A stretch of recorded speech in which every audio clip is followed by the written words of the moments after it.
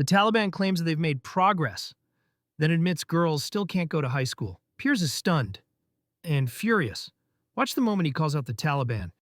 So that was you talking about women in Afghanistan and schoolgirls, and you assured us that they would be in a better position than they were in the past. But in fact, they've now gone back to the position they were in when the Taliban was in charge before, which is a position of being oppressed. Why is that? And why did you lie about improving a lot of women in Afghanistan? First of all, your judgment is based on distorted reports of media. Right now, 123,000 female students and teachers and government universities and private universities, they are either working or receiving education. Do you know about that? You don't know. I do know. You asked me if I know the answer. Let me respond to you. Just a moment, I complete. Okay. Have you mentioned that in your program about 4 million female students in primary schools? They are going to school. Yes, now. If you in heard Afghanistan. All right, Mr. Zain, let me jump in. Let me respond to you. Let me respond to you, please. Don't just keep talking. Right? Yes. It is true that some primary school girls are still going to school. It's after they get to teenage years. It's after they get to teenage years you have stopped them going to school. You don't want girls in Afghanistan to go through full-time education. That's not improving the welfare and lifestyle of women in Afghanistan. It's suppressing them. Why don't you let secondary school-age girls go back to school? The secondary age school, primary school, there are 4 million girls are going to school. Now, the issue of secondary schools, education for girls, they are under consideration. We have never said they are banned. When you say they're under consideration, what do you mean? They're not currently at school. Let them go back to school. Just say you can all go back to school. That is why we are talking to work out a mechanism, and I hope it will be soon. What's there to talk about, Mr. Shaheen? With respect, there's nothing to talk about. A girl should be entitled to go to school in Afghanistan the same way a boy goes to. You yourself said in August last year that they had nothing to worry about, nothing to be scared about. So if they've got nothing to worry about, let them go back to school. Give them the education that they were having. Give them the education that they deserve.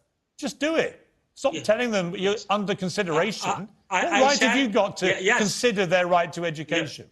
The Taliban blame religion for stripping women's rights. But Piers fires back with facts they can't dodge. Don't miss this takedown. I said the girls have the right to have access to education as boys. I am saying right now. That's why the mechanism being worked out to provide a conducive environment, because it is Islamic society. There is no question about their right to go to school. Only they will no work question. Out Again, let me jump in. Let me respond to that. The uniform. If I may respond to you. And the female teachers. If there is no problem about their right to an education, let them go back to school. Let me turn, if I may, to the issue of the now compulsory instruction for all women in Afghanistan to wear a full burqa if they go outside. In fact, there's an encouragement they don't leave their home, but if they do leave their home, they can only show their eyes. And if they get caught showing any more than their eyes, then the male guardians who've been appointed to basically enforce this face going to prison. This is unbelievably oppressive way to treat women in Afghanistan after 2 decades of experiencing a much freer society. Why are you doing this when, again, by your own words, you promised they had nothing to worry about? The Afghan women, for centuries, they have been observing hijab, and they are wearing hijab voluntarily. So there is no additional burden on them. And there is, the statement doesn't say burqa is imposed or the only type of hijab. It says there are different types of hijab which are acceptable. Women can work in Edges under conditions, the Taliban say. Piers digs deeper. And what he exposes is chilling. Watch him press the spokesperson for the truth. Right, so that's an Including important. burqa. Okay, And what can you're, be- well, hang it on. can If what be you're a saying veil, is, if it what can you're be saying is true, a cloth of so a just to piece be of cloth. clear, every woman in Afghanistan right now can go out and does not have to wear the full burqa, and she will get no bad treatment from Taliban. Is that correct? They're all free not to wear the burqa. Yes. Is that your official position? Yeah, it's just if they observe hijab, it may be a veil, it may be a piece of cloth, it may be a burqa, but the burqa is not the only type of hijab. It is clearly said. Any type of a piece of cloth, she covers herself, her body. That is a hijab. So it is not the burqa, as you said. It But is the not decree that came down from the Vice and Virtue Ministry was that they were not allowed to reveal more than their eyes.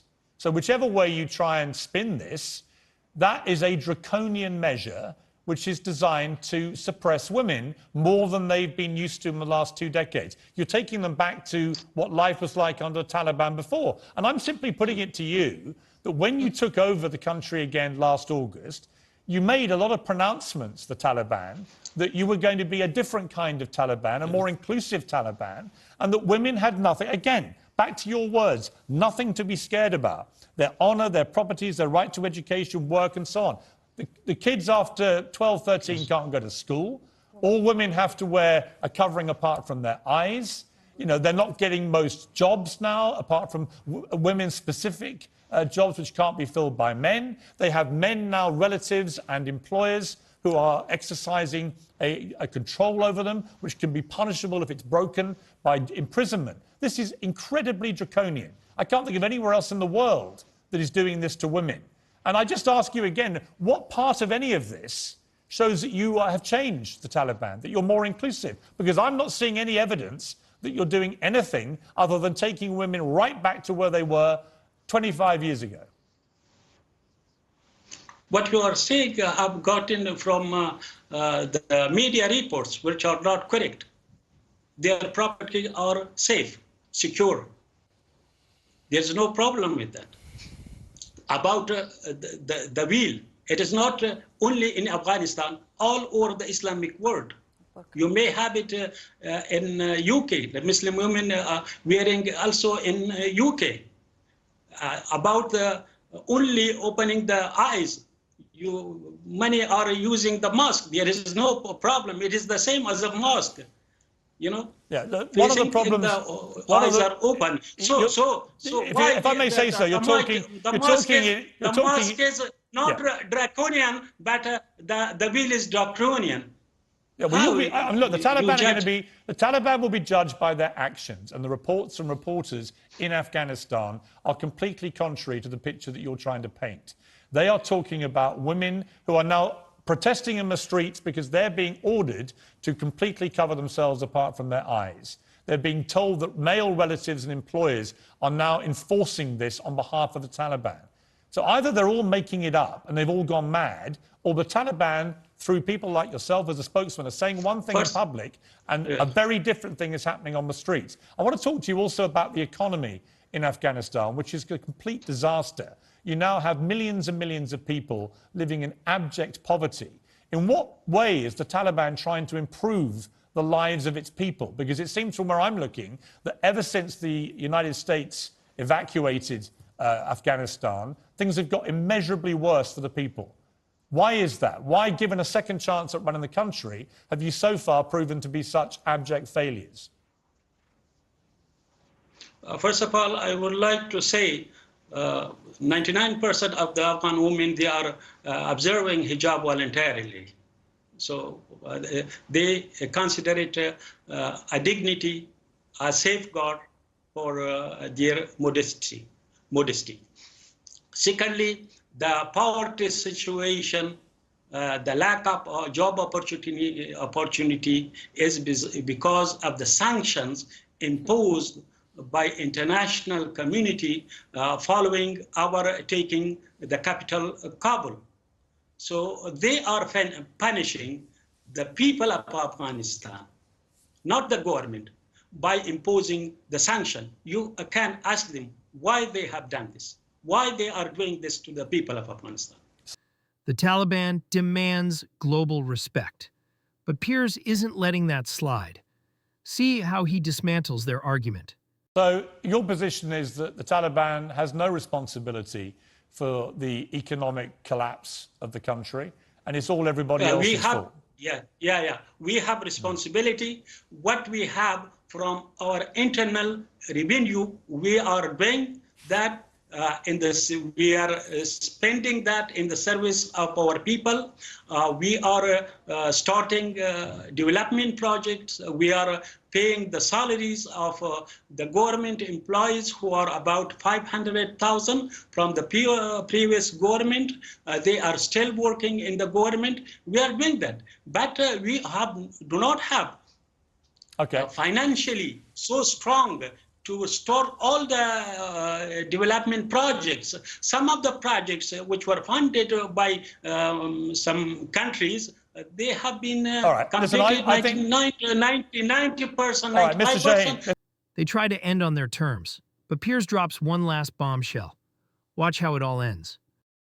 It's a but shame. They have left it. It's a shame. The truth is, Afghanistan is in a terrible state right now. Millions of people are living in horrific poverty. Women are feeling increasingly oppressed by the Taliban regime. And my message to you simply,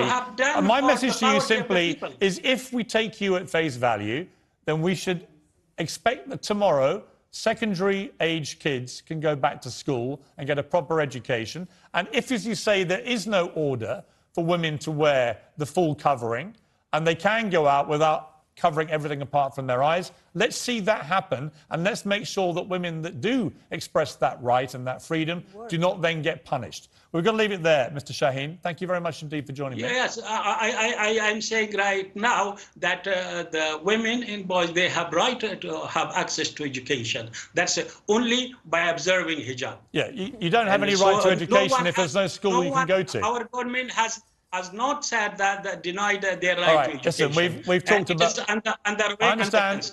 We've talked about this. Just for the record, you have 2 daughters. Do they go to school? Yeah, of course. Yes. Yeah, of course. Of course they do, because you're in Doha and they can go to school, right? They are observing hijab. They are observing hijab. And so... that means we have not denied. So we have not denied to our people. So if they do exactly, if your daughters do exactly what you tell them, they're allowed to get. Okay, so your daughters get an education because wait a minute. Your daughters get an education because they do what you tell them. All right, I'm glad we clarified that. Sahil Shaheen, thank you very much indeed for joining me.